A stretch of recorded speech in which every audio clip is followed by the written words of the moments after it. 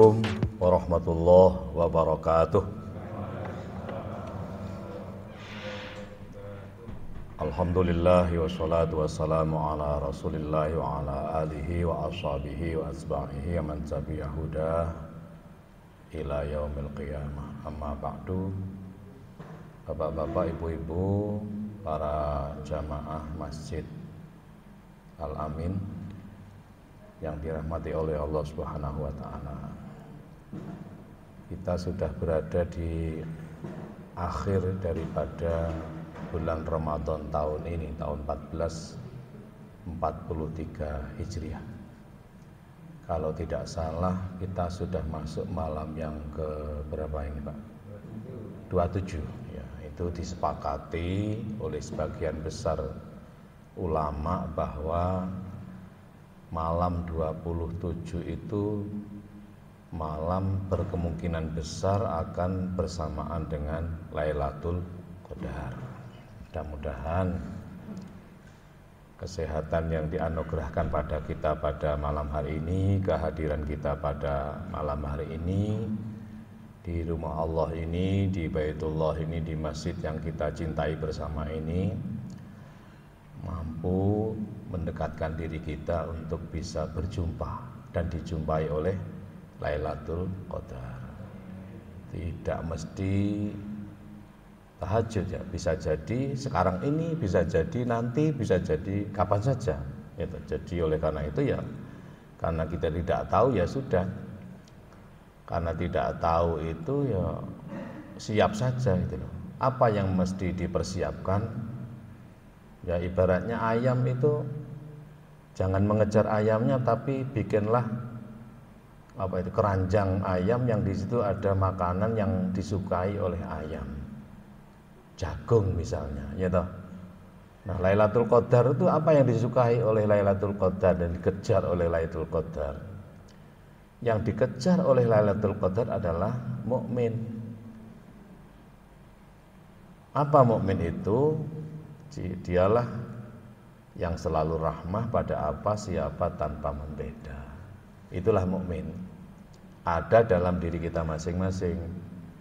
Innamal mu'minuna ikhwah fa aslihu baina akhwaikum wattaqullaha la'allakum turhamun. Ini dalam surat Al-Hujurat surat ke-49 ayatnya 10.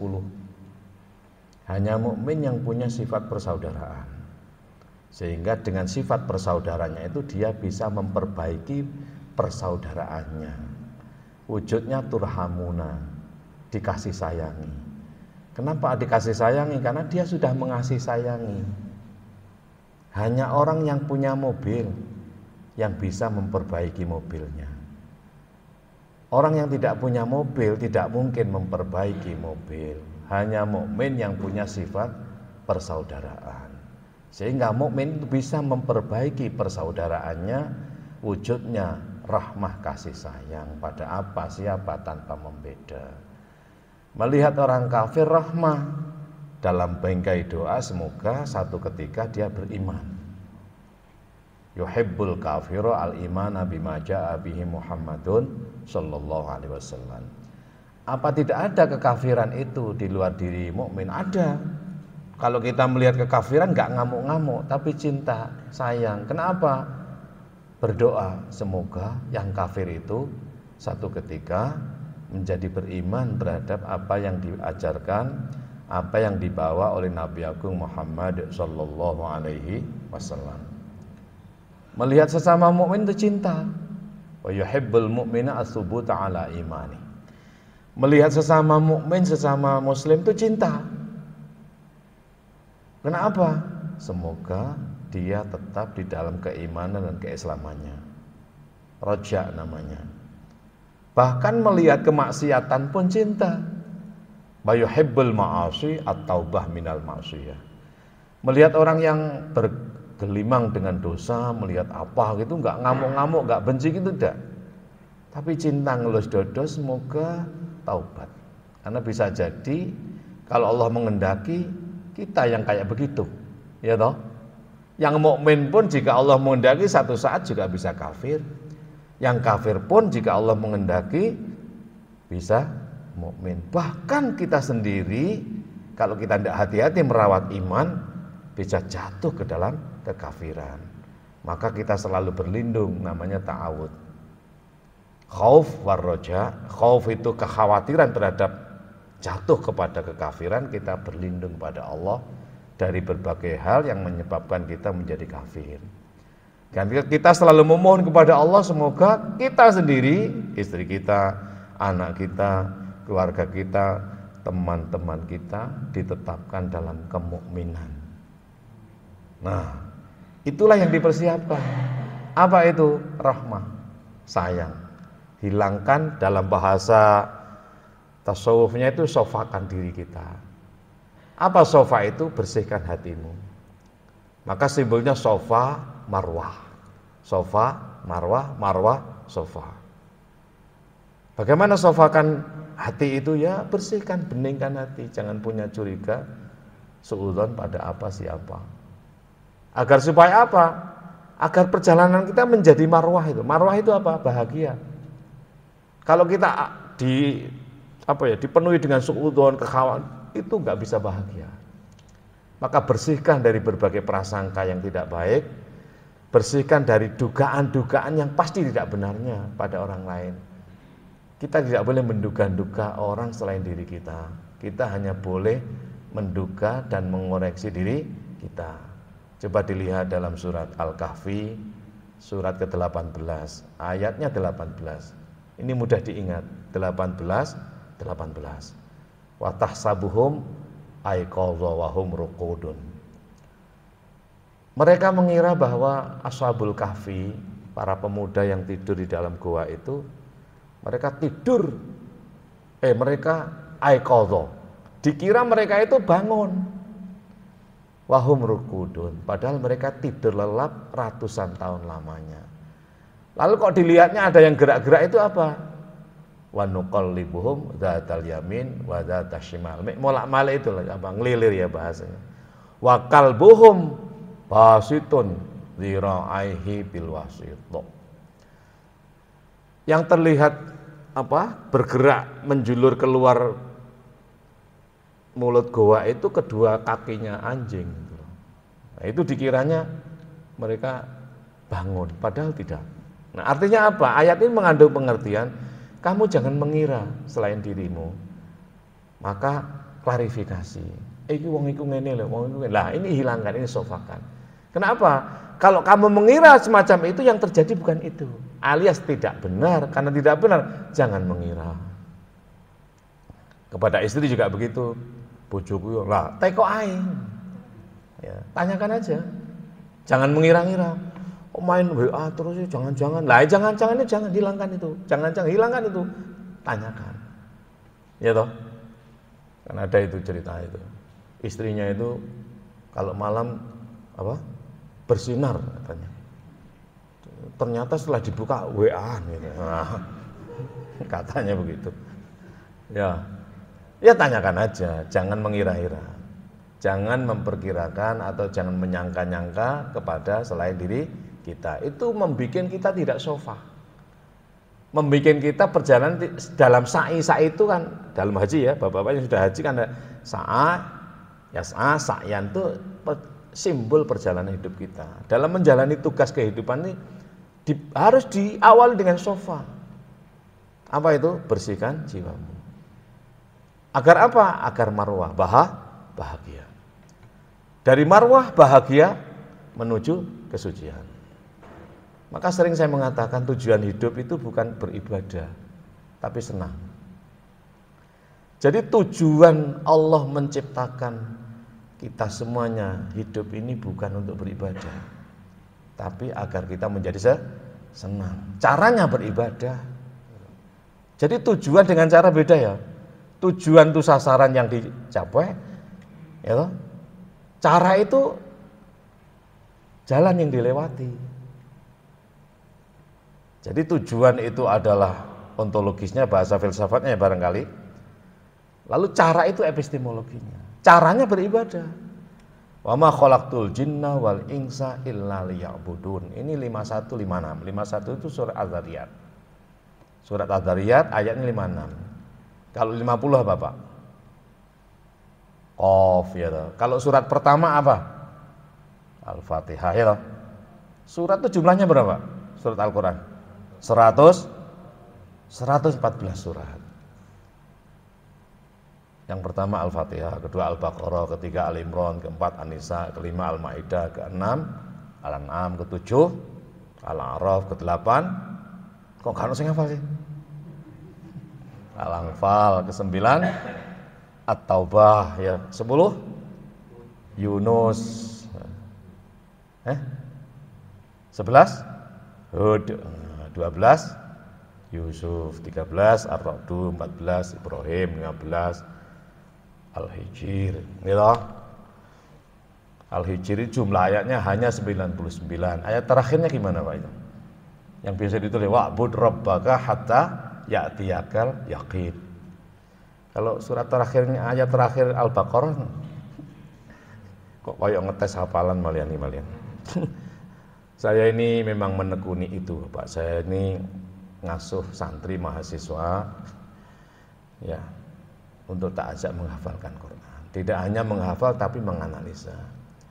Santri saya dari berbagai perguruan tinggi, dari UIN yang banyak ya, dari UIN, dari UMM, kemudian dari UM, dari Unisma cuma satu, ya, satu orang. Dari Unisma cuma satu, dari UMM ada 3, dari UIN paling banyak, dari UB, nah, semua menghafal Quran. Semua Pak, saya nggak bedakan. Wis aku ora ndelok, pokok wong gelem nyantri, gelem ngapalne Quran, apa wae sampean. Ngono aku ora ndelok sampean apa, sapa teko endi. Ora peduli aku. Anake sapa, masuk anak tukang ngarit lek ngepengin ngapalne ayo. Masuk anak kiai, lek enggak kepengin ya enggak usah, ngoten ya. Jadi saya yang penting mau menghafal. Dan ternyata Quran itu mudah dihafal. Amat sangat mudah sekali. Kok iso? Gampang no bener gak ngapal Quran? Sing ngapal? Gampang kan? Loh, yang disebut hafizul Quran itu sinten, Pak? Siapa yang disebut dengan hafizul Quran? Sinten? Siapa? Orang yang menghafal Quran. Wong sing iso maca bismillah itu hafal Quran, Pak. Bismillahirrahmanirrahim hafal Quran itu. Nggih. Kalau bisa yang surat ini 30 juz, 114 surat, 6.000 sekian ayat, ya toh? Sekian juta huruf dihafalno kabeh. Kalau bisa menyebutkan surat ini ayat sekian ini dan lain sebagainya. Lek enggak iso ya sak isone to. Sing penting Quran. Ini ada cerita ya. Cerita ini boleh dipercaya boleh tidak. Karena cerita ini bersumber dari Israiliyat. Apa cerita Israiliyat itu? Cerita yang bersumber dari cerita-cerita Bani Israel. Satu ketika itu ada orang itu menghadap Allah ya. Jadi amal timbangannya itu jauh, jomplang itu loh. Kenapa? Karena dia itu bacaan Qur'annya hanya kulhu saja. Bukan kulhu loh ya, kulhu wallahu ahad, Allahu samad. Kalau kita nyebutnya kan kulhu. Selain Fatihah kulhu. Habis walau dolin kulhu, kulhu dok, liane enggak. Akhirnya timbangan amalnya dikit. Gimana kamu bisa masuk surga? Wong kamu Qur'annya hanya Fatihah sama kulhu. Udah masuk neraka aja. Akhirnya apa? Si Fatihah sama kulhu itu protes sama Allah. Ya Rabb, dia itu membaca aku. Fatihah juga bilang, kalau aku menjadi kalammu, kemudian tidak bisa menolong dia dari siksa api nerakamu, percuma aku. Akhirnya ya pertimbangan Fatihah sama kulhu itu dia masuk surga. Masuk kulhu nggak hafal Pak? Nah, ya berarti sudah hafal. Alhamdulillah. Malah saya tak hafalkan semua. Istri saya tak suruh hafalin. Anak-anak semua hafal. Ya semua keluarga saya Quran. Jadi ya memang koyoke mek asli ini kan gak hafal gak penak ngono asli ini. Jadi ya akhirnya ngapal nih. Kapan menghafalkannya? Saya sambil jalan aja. Kalau sambil duduk majelisan tuh ngantuk saya. Jadi ya itu kerja. Saya itu tidurnya jam 8 tidur, jam 11 bangun. Nah itu sambil nyapu sampai pagi selesai. Ya kalau nggak harus begitu di sini aja itu loh. Jadi bisa kan? Bisa enggak, Pak? Lebih cepat itu. Lebih cepat. Cepet gitu. Tapi lek muni iki suwe. Kalau bunyi itu lama gitu. Makanya kadang saya itu enggak telaten itu. Lek muni itu enggak telaten. Lebih cepetan di sini, berarti ini cepet ngoro kena kabeh. Baik. Dalam kesempatan itu ya nggih, itu. Sudah dapat kan? Bagaimana Lailatul Qadar? Ini dikasih waktu 20 menit Pak Mah. Alhamdulillah. Tadi diingatkan 7 menit loh katanya. Ya, 20 menit maksimal. Nanti kalau sudah 15 diginikan ya. Sekarang sudah berapa? Sudah 10 ya. Sudah 10 ya. Nah, baik. Jadi bagaimana kita ojo ngejar Lailatul Qadar. Tapi buatlah perangkap Lailatul Qadar. Jangan mengejar ayam, Pak. Bikinlah keranjang ayam yang di situ dikasih makanan kesukaan ayam. Apa itu? Jagung. Apa kesukaan Lailatul Qadar itu? Pada mukmin. Lailatul Qadar itu tidak lain adalah Lailah Mubarakah. Gitu. Hamim wal kitabil mubin inna anzalnahu fi lailatin mubarakatin inna kunna mundzirin. Kenapa? Fiha yufraqu kullu amrin hakim dan seterusnya itu. Itu surat Ad-Dukhan. Surat Ad-Dukhan surat ke-44. Ayatnya ayat 1 2 3 sampai sekian. Itu aja. Ya cepet-cepetan aja. Jadi bikinlah perangkap apa? Sofakan jiwamu. Oh, jangan punya prasangka apa, hilangkan. Kita ini punya penyakit, walaupun ke masjid itu selentat-selentot, enggak ya? Ya enggak. Walaupun ke masjid itu bisa ono wae. Ibu-ibu terutama, ya. Ibu-ibu. Nah ini barusan aja kejadian itu di salah satu masjid misalnya, ibu-ibu tengkar sama ibu-ibu gara-gara apa? Iktikaf coba. Kenapa? Lah, ibu-ibu ini menerapkan peraturan iktikaf wajib lampu digelapkan. Nah, ibu-ibu lah ya bahaya digelapkan. Masjid harus gelap gulita. Kenapa? Supaya bisa khusyuk. Lah sing ibu ini ketakut yang satu ini. Masjidnya masih baru di kebonan gitu. Nah, kalau digelapkan nanti kalau terjadi apa-apa bagaimana? Kalau ada ular masuk atau ada orang nyelinap. Akhirnya enggak sido iktikaf, Pak. Geger ya kalau. Ayo, yang mana ini monggo dimpet ya. Kenapa? Begitu geger hati ini gundah. Ketika gundah enggak bahagia. Ketika enggak bahagia, tujuan hidup dicipta tidak tercapai. Tujuan hidup dicipta agar bahagia, caranya beribadah. Apa ibadah itu? Menundukkan dirimu, tundukkan nafsumu agar supaya kamu bisa bahagia. Oleh karena itulah maka dulu Abu Bakar dimarahi oleh Kanjeng Nabi. Kanjeng Nabi tidak bisa marah, tapi artinya marahnya Kanjeng Nabi ini metodologi, cara untuk memberikan nasihat. Kenapa? Karena Abu Bakar agak sedih itu loh. Akhirnya agak dimarahi. Kar Abu Bakar cara awake dia. Kono ojo sedih. Kalau kamu bersedih, Allah tidak bersama kita. Kalau kamu bahagia, senang, rilo, Allah bersama kita. Bahasa Arabnya la ya Abu Bakrin la tahzan. Innallaha ma'ana. Wahai Abu Bakar, kamu jangan bersedih, berbahagialah. Kalau kamu berbahagia, Allah bersama kita. Kalau kamu bersedih, ditinggal oleh Allah. Bagaimana kita mendapatkan Lailatul Qadar? Siapkan perangkap Lailatul Qadar. Apa itu? Sofakan jiwamu. Tentu Kanjeng Nabi memberikan trik untuk mendapatkan Lailatul Qadar. Yang pertama adalah saddal mi'zar. Apa saddal mi'zar? Sadda yasudu itu ngencengi. Mi'zar itu ya mi'zar itu pakaiannya laki-laki yang bawah. Bahasa kita sarung. Tentu Kanjeng Nabi nggak pakai sarung loh ya. Masa ada sarung BAS dulu kan belum ada. Ya mi'zar itu pakai roke wong lanang itu loh. Jadi orang-orang Arab sampai sekarang kalau pakai gamis, oke. Kalau pakai gamis itu dalamnya ono izare, ono izarnya. Itu izar. Kalau di Indonesia izar itu ya sarung, ya. BHS apa lagi yang paling saddal mizar. Itu kinayah Kalau Syekh Mahmud Al-Maghribi Al-Askandari memberikan makna ini memperbanyak sedekah. Saddal mizar itu.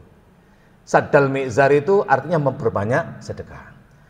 Kemudian yang kedua adalah wa aiqadha ahlah, mengajak bangun istri. Tidak sekedar ngajak bangun, artinya di dalam mempraktikkan kita memperbanyak sedekah itu melibatkan istri, melibatkan keluarga. Agar supaya apa? Supaya nggak gerundel. Ya toh, kalau bapak-bapak sedekah diupayakan bojone ngerti. Iki yang dimaksud. Dek iki Lailat menyambut Lailatul Qadar ayo diperbanyak ya. Oh iya Pak, iya Pak. Ojo glendem. Nanti kalau glendem istri grundel gare enggak penak. Nah ini maksudnya itu. Saddal mizar ada kaitannya dengan aiqadha ahlah. Kemudian terakhir adalah iktikaf. Iktikaf. Nah, disinilah terjadi perbedaan. Bagaimana ibu-ibu iktikafnya di mana? Ya kalau bapak iktikaf nang masjid di rumah sendirian kan ketakutan, ikut saja bapak di belakang, ya toh. Kan kalau menurut Kanjeng Nabi Aisyah itu iktikafnya di tempat sholatnya. Tapi inti iktikaf menurut Syekh Mahmud ini iktikaf dengan akuf. Apa akuf itu? Ini. Apa? Mingkem. Jadi iktakafa ya takif itu menjadi ifta'ala, menjadi ini. Kamu harus berdiam terhadap urusan yang bukan urusanmu. Ojo ngurusi urusane wong. Iktikaf ini hakikat iktikaf. Dari yang pertama ada saddal mizar, memperbanyak sedekah, memperbanyak ibadah, memperbanyak sedekah. Yang kedua aiqadha ahlah, melibatkan istri di dalam beribadah, melibatkan istri di dalam bersedekah. Aiqadha ahlah. Kemudian yang terakhir adalah iktikaf. Iktikaf secara syariah berdiam di masjid. Secara hakiki adalah kamu jangan ngomel terhadap urusan yang bukan urusanmu. Istri orang lain ojo kau urus. Suami orang lain jangan kau bicarakan. Rumah tangga orang lain jangan ikut ngomong. Ini maksudnya. Barangkali begitu, terima kasih. Mudah-mudahan ada guna dan faedahnya. Wal-'afwa minkum wallahul muwaffiq. Wassalamualaikum warahmatullahi wabarakatuh.